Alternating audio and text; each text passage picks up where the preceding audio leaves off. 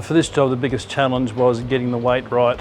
We need the weight to hold it down under wave action, but we want to get the weight out of it so we can float it and tow it. So it's been a fine tuning of the mass of the structure to actually facilitate the construction, the towing it out to sea and the in-service condition.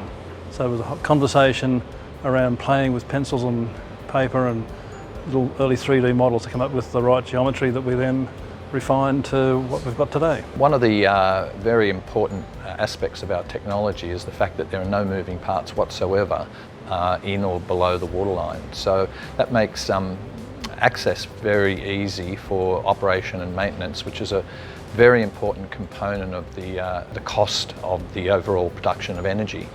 It greatly reduces that cost. But the other thing is too that it means that there's no possibility of any harm to marine life. The structure acts simply as an artificial reef. We've got to build it somewhere, we've got to construct it on land, we've then got to get it in the water, we've got to tow it to site and then sink it onto the seabed floor. With Keller's Business Systems, we've looked at various construction techniques on how we can build this as modular as possible. So the way we're going about it is we're building it partially on a ship lift that can hold the capacity of the structure. We're then lowering it into the water, attaching the flotation pontoons.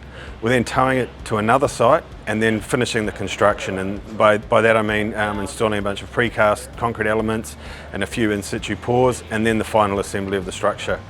From that point, we then float it out to Grassy.